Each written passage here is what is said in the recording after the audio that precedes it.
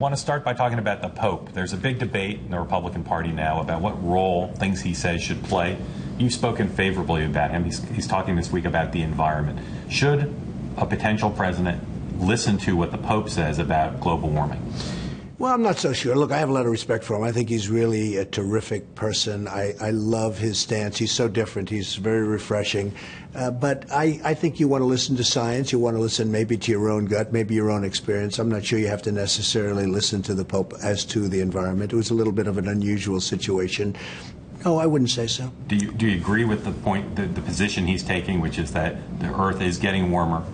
Do you agree with that? Well, I'm not a big believer in the whole global warming phenomena. Okay, I'm not a person that, as you probably you know very well. My attitude is that, and I feel very strongly about this. Clean air is so important. But just on the factual question, you don't think human behavior is contributing to a dangerously warmer planet? There could be a little bit of something having to do with factories and smoke and things, but for the most part, I'm not a believer in that, yes. And I would say this also. Our country is cleaning up, and then you look at China and other countries, and they're not cleaning up. And, why aren't they doing it? There's an important Republican interest group that I know are familiar with, the Club for Growth. Yes. This morning they issued a statement saying that you should not be taken seriously as a presidential candidate. They cited a number of things that they have problems with. I'm going to ask you about two of them. Sure. One is they say that you are a protectionist. You said yesterday in your speech that you are a free trader. They point out that you've advocated a 25% tariff on Chinese imports. Sure. How can you claim to be a free trader and before a 25% tariff on Chinese imports? Well, first of all, the Club for Growth was actually, John, they came up to see me very recently. In fact, Corey was here. And they sent us a letter, I think we have it, asking for a tremendous contribution. That's interesting. Yeah. In fact, I was shocked by the amount of money we're talking about. So that was wonderful. Second of all, I do believe in free trade, but only if you have smart leaders. And with China, it's not free trade. We don't have free trade with China. I love free trade. But it's got to be free trade, and it's got to be fair trade. It's got to be where everything's equal. It's not equal. People are really interested in your personality. A lot of people, I think you've heard this, think you're arrogant or too confident. Some people say you're hopelessly insecure, and that's why you act the way you do. Are you insecure about anything? Maybe it's a combination of both. Are you insecure? Everyone's insecure. What are you insecure about? Your looks, your personality, whether people like you? I don't know. I don't think of myself as insecure. Probably we're all insecure. Maybe insecurity is what makes you successful. But be introspective. What are you insecure about? Well, it is my hair. Yeah. You love your hair. Like it or not, it's okay. Right. So what are you insecure? Better than most. What are you insecure about? My chipping. Okay. In golf. My chipping. Yeah. Look, it's not a question of insecurity. I feel very confident. I went to the Wharton School of Finance. I was a good student. It's like one of the hardest schools in the world to get into. I then do a book called The Art of the Deal. It's the #1 selling business book of all time, or just about. You may say, oh, there was one that sold two, but, just about. It's still in the schools, everything else. I then do a show called The Apprentice. In the meantime, I build this incredible empire. It's got a tremendous net worth, very little debt. And then I hear some pundit or some person say, he doesn't deserve to be on the stage with a senator. The senator is nothing. And I'm not saying, or senators are nothing, I'm saying certain people are zeros. And I'm not supposed to be on the stage with these people? I mean, give me a break. Because you've never run before, most of the people in this race have, people are wondering how you're going to conduct yourself. I just want to ask you about a couple things. I don't know. Will you run negative television ads against your opponents as common in politics? I don't see it. I'm not so sure I'm going to do that many ads. People know what I am, and they know who I am. I'm a very, I've been acknowledged. Business Week did a story, and they said, I guess, a poll of their readers, and they rated me the best negotiator. So I don't say I'm a great negotiator. Let me pin you down this. You said you don't see it. Will you run negative television ads against other Republicans? I might. You might. I might. I don't know that I will, but I might. Yeah. And if you did, what would be off limits? What wouldn't be off limits? Would you just run them on policy, or might you run them on their finances or their personal stuff? I wouldn't do personal. No, I wouldn't do personal. I would probably do policy. I'd probably do maybe the past.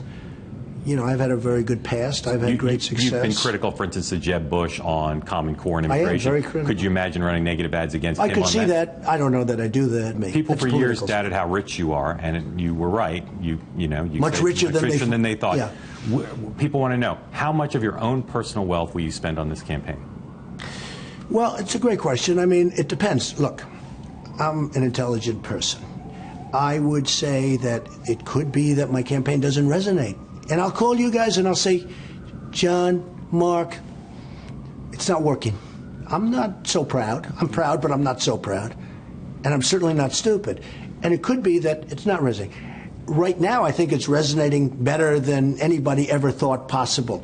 You look at Facebook, you look at all the things that's happened. They just had over 3 million in Twitter, I was just informed.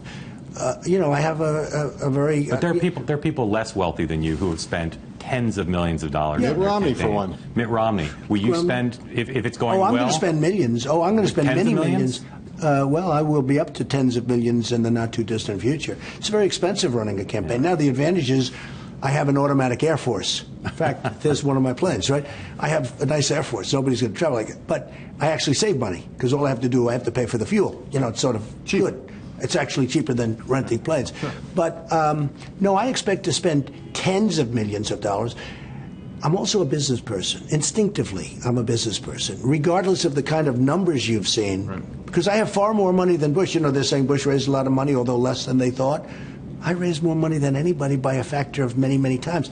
But I'm not because I'm, instinctively a good business person, I'm not going to throw money away. If I think I can't win, I'm going to call you guys and say, fellas, I think I did a pretty good job. Are you committed to going all the way through Iowa? I would be totally committed unless I see for some reason I'm not going to win. I do believe in polls. I had a good poll in New Hampshire the other day. And again, it'll be very interesting to see after this because most of my negativity in polls is because people think I'm not going to run. They say, you're not going to run. And who's going to vote for somebody if they think? They really don't think I'm going to run. Now, they're all thinking, wow, he's actually running. But we had, before yesterday, we had I guess we were in third or fourth place in New Hampshire, and I haven't done anything yet. So, yes, I'm committed to go all the way, but again, if for some reason it's not working out, what's the purpose? In the past, you have expressed the view that the way to deal with the war on drugs is to legalize drugs. Are you still in favor of legalizing drugs? Well, I see so many things. I look at the Colorado situation with the marijuana. It's very interesting because over the last little while, a lot of bad things are happening up there with respect to people's health and the effect that it's having on people. I am not in favor of the legalization of drugs. So you're no longer holding that position. I don't know if I was ever. I don't know if I was ever. I mean, you came out and said that you were in favor of legalizing drugs. It's okay to change your mind. There are a lot of people. That's true, and I've changed my mind on different things. But there are a lot of people. I don't know that I've ever said that, but I would take your word for it. I would say, generally speaking, just sitting here right now, they're a terrible thing, and probably I would not be in favor of the legalization of drugs. But, there are two sides to it. One thing is you clean up the whole thing, and you do, but it really is I look at what's happening to the inner cities. I look at what drugs are doing it's so bad. And there are some great people. I have some very conservative friends that are totally in favor of legalization of drugs, and I have some that are totally against it. Probably I am inclined to go against. You've suggested that Governor Bush, Senator Rubio, Senator Santorum, Carly Fiorina are all losers, people who shouldn't win and can't win. I don't think I used that name. You did about some of them, but I did. But yeah, I think so. But you've all suggested all of them either shouldn't be running or won't win because of things they've done or positions they've had. So I'm just wondering who in the race do you respect? Who do you think has a good chance to win? I'd rather not too much say because I don't want to build up people that I'm supposed to be running against. But Scott Walker, right? for instance, well, he came up to my office a few weeks ago, gave me a beautiful trophy, which is upstairs. If you'd like, I'd show it to you. He gave me a beautiful plaque, and because I helped him actually. But he's got a lot of problems in Wisconsin. Wisconsin's got tremendous problems. Which I like ones are you talking about? The debt and the difficult problems that they have going on in Wisconsin that a lot of people don't understand and know about. Tremendous borrowings, and they have difficulties. So is there anybody in the field you look at and say, boy, that person's got a great record, they're really formidable? Well, you mentioned Carly Fiorina, who I don't know, I don't think I've ever met her. She was viciously fired, viciously. This wasn't like a normal fire. The reason I know about it, because, it's not my world, but she was viciously fired. About firing people, though. I do. Yeah. I'm very good at firing people, but I don't like firing people. Actually, people don't know that. I really don't like firing people, except if it's on The Apprentice. But Carly Fiorina was viciously fired from Hewlett-Packard, walked out, and then ran against Barbara and lost in a landslide. So there's another. And then you say, well, wait, and then you say, oh, that's okay, now I'll run for president. I don't like that. Rick, who I really have gotten to know, he's come up to see me twice in the last couple of months. Santorum. And he's really a nice guy, Rick Santorum. But I tell him, I say, look, you were a sitting senator in Pennsylvania. You lost by 19 points, which is like a record. And now you say, okay, I lost by in the history of the Senate, I think they said for a sitting senator, lost by a record, 19 points. Now you say, okay, now I'm going to run for president. What about Rick Perry, Mike Huckabee? You know both of them. Are they well, good Rick candidates? Perry, I thought he had a really bad run last time. And you know what? I don't know him well, but I had dinner with him once or twice, and he is really a fine person. And I like him a lot, but boy, that's a tough deal. He had a rough time, and I think he's going to have a hard time getting over that. And I'm not just talking about the ups. I'm talking about, I think he's going to have a really tough time getting over that. I like Mike Huckabee a lot. I did his show. I don't know that his show would have continued much longer, unlike The Apprentice. We were sitting there yesterday as you came in, made your entrance, came down the escalators Yes. there. I was enjoying listening to Neil Young. Right. Loved that song, loved that performer. But I did think to myself, I wonder what Neil Young's going to think. He's pretty liberal. I'm not sure he's I'm not sure he's going to love this. You know, he's a friend of mine. Use of the song. So, what did you think when he came out very quickly and said, "Please don't use my song"? I fully understand. Donald. He's a very liberal guy. Yeah. And we actually, have the rights to the song through whatever mechanism it is. Right. But I wouldn't do it. He called me. I spoke to him 2 days ago. He called me up. Nothing to do with the song. He called me to say hello. I love Neil Young, and he loves me. Yeah. We have a great relationship. Yeah. But our politics are exactly the opposite. He is on the other side. So you're saying Neil Young calls you as a friend, but then when you use the song, Well, he really did. But then when you use the song, he came out and said, "Donald, don't use that song." I went to see Neil Young last year. I think it was like Carnegie Hall. Carnegie Hall? I was there. And it was great. I think he's fantastic. And he came up to my office after he said, I saw you in the audience. I'd love to meet you. And I said, absolutely. He came up to my office like whenever that was, the day after the Carnegie Hall. I'm friendly with Neil. He called me 2 days ago just to say hello. Nothing to do with the song. Then when we put the song out, and along with many other songs, it was background. Basically, it was background music. But we put the song out. It wasn't Neil. Neil's manager called, and he said to Mike, Neil really likes Donald Trump. But would it be possible for him not to, because Neil's politics are very different.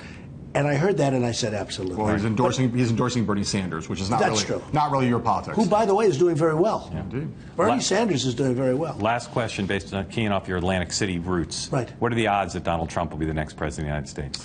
I asked that question to a lot of people. What do you think? What do you think? A lot of people are saying we're going to do. Look, give me some odds. We're doing well. I'm running against political people that do it all their lives. I've never done this before. I don't do this. 50 to 1? I would say anywhere from 10 to 20%. 10 to 20%. Yeah.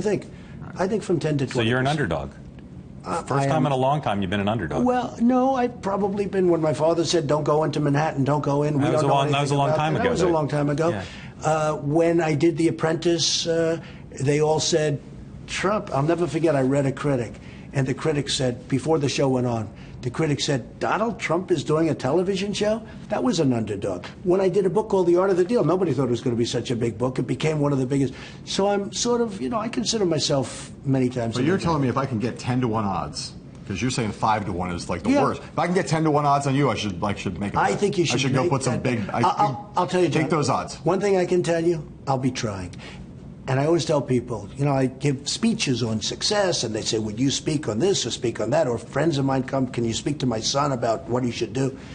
Never, ever quit. I don't quit.